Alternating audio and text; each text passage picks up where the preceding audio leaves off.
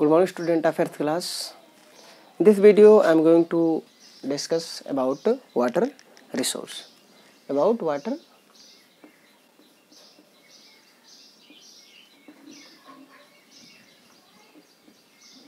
resource, Jal Sansadhan.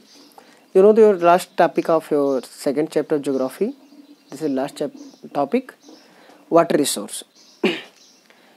We know that near about 71% is water of the total surface of our country, and so and our earth is called blue planet because of plenty and lot of water because of, and near about 71% of total surface is water, and इसमें जो 97% water है वो लगभग ocean seize इन सब में है। 3% water जो है वो फ्रेश वाटर है, फ्रेश वाटर है। और इन 3% वाटर में भी लगभग नियर अबाउट 70% से भी ज़्यादा, नियर अबाउट 70% से भी ज़्यादा आप जो पाओगे, क्या पाओगे बेटा, कि वो जो है वो हमारे ग्लेशियर्स और माउंटेन्स में, ठीक है, ग्लेशियर्स और माउंटेन्स में, जो हमारा माउंटेन में जो पीक्स हैं वहाँ पर ये पानी बर्फ़ के रूप में पाया जाता है, अंटार्कटिका में पाया जाता है, ठीक है, आर्कटिक अंटार्कटिका में पाया जाता है।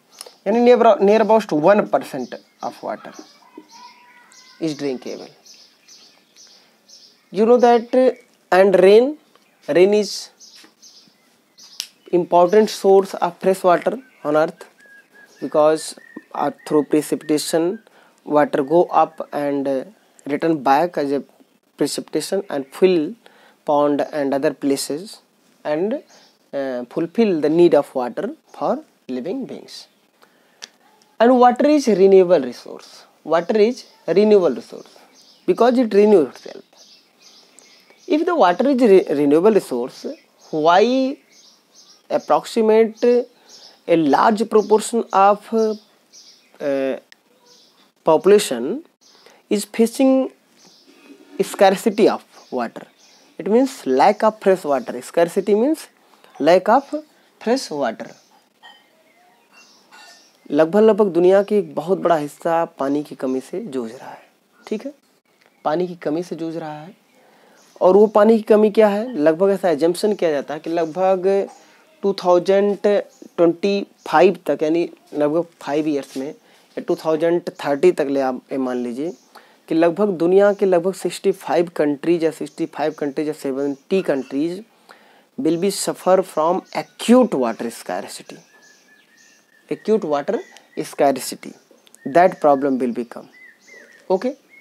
And what is the condition of water resource in India?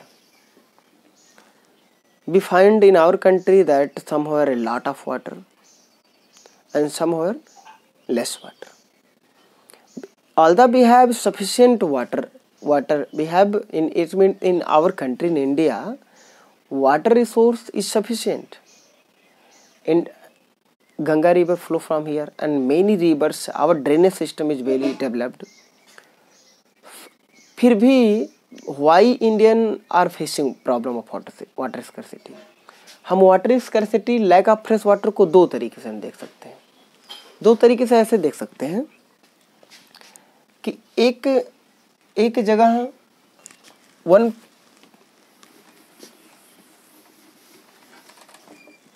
at one place there is water, more water लिख सकते हैं, more water it means eastern part, ठीक, okay, eastern part of our country, and less water western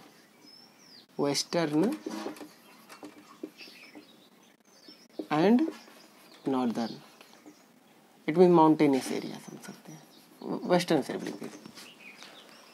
एक जगह जहाँ पर हमारे देश में पानी की बहुत ज़्यादा मात्रा है, जैसे आप वेस्ट बंगाल में देखोगे, आसाम में देखोगे, मेघालय में देखोगे, चेन्नई में देखोगे, महाराष्ट्र में देखोगे, या फिर जहाँ पर भी पानी कोई जरूरी नहीं कि प्रेसिपिटेशन को कोड़े, ऐसी भी जगह जहाँ पर रिवर्स हैं और पानी की सफिशिएंट अमाउंट है, but they are facing also water problem of water scarcity. क्यों?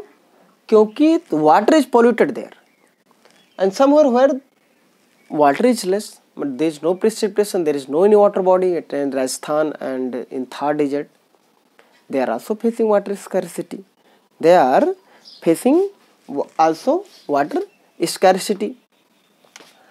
अब हम वाटर एक को यूज कैसे, हम एक बेहतर तरीके से वाटर रिसोर्स को, हम रिवर्स को हम यूज कर रहे हैं। देखिए हम क्या कर रहे हैं अपनी प्रॉब्लम को करने के लिए, हम डैम्स डेवलप कर रहे हैं, मल्टीपर्पज डैम। मल्टीपर्पज डैम को टेम्पल ऑफ मॉडर्न इंडिया भी पंडित जवाहरलाल नेहरू ने इनको कहा था। क्यों? क्योंकि डैम्स जो रिवर पे बनते, फ्लोइंग रिवर है, यहाँ पर डैम बन गया, इधर पानी रुक गया, ठीक है। अब रिजर्वियर्स में क्या होगा, फ्लड कंट्रोल होगा, इलेक्ट्रिसिटी जनरेशन होगा, इनलैंड नेविगेशन होगा, रिक्रिएशन के लिए, मनोरंजन के लिए, फिशरिंग के लिए, ठीक है। कई मल्टीपर्पज से रिवर प्रोजेक्ट बनाए गए हैं। इसलिए आप टेक्स्ट बुक में अपने देख लीजिएगा कि किस तरीके से कहीं कहीं पर ऐसा है कि जहाँ पर पानी की ज़्यादा not evenly distributed in our country, यानी सप्लाई ऑफ वाटर जो है वो बहुत कम है, ठीक है।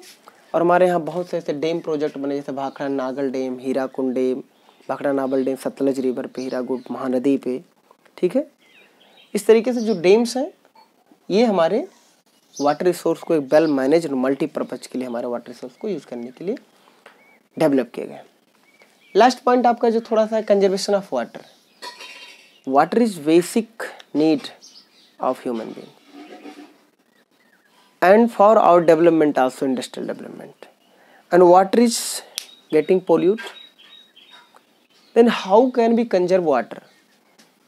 We can develop classify the conservation of water into two parts. First,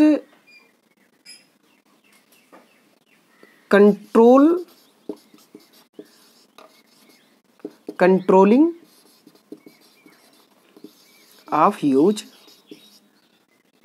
of use and saving water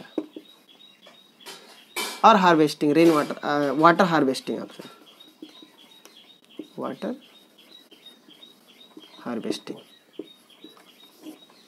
देखो हम अपने डोमेस्टिक यूज से लेकर के नेशनल लेवल तक, यानी this is the responsibility of our and this is responsibility of government also, that government should be make policy to control the waste of water, use of water in excessive use of water in industrial areas। And हमारी जो regular activity जो domestic use होता है, जैसे आप tap को close कर दीजिए, लेस वाटर को यूज करिए, आप पानी को हर एक मेथड का मिनिमम पानी यूज करिए, ठीक है। लोग घर पे बर्तन धुलते हैं तो टैप चलता रहता है, पानी गिर रहा है, एक थाली को धुलने में 10 लीटर पानी यूज करते, ये तो लो लेवल पे है। यानी अपने यूज को कंट्रोल करके आप पानी को बचा सकते हैं, कंजर्व कर सकते हैं। और एक वो है कि जो वाटर है, जो हमारा कहीं प्योरेस्ट वाटर, उसको हम करें, जैसे rain water harvesting is very good way to conserve water.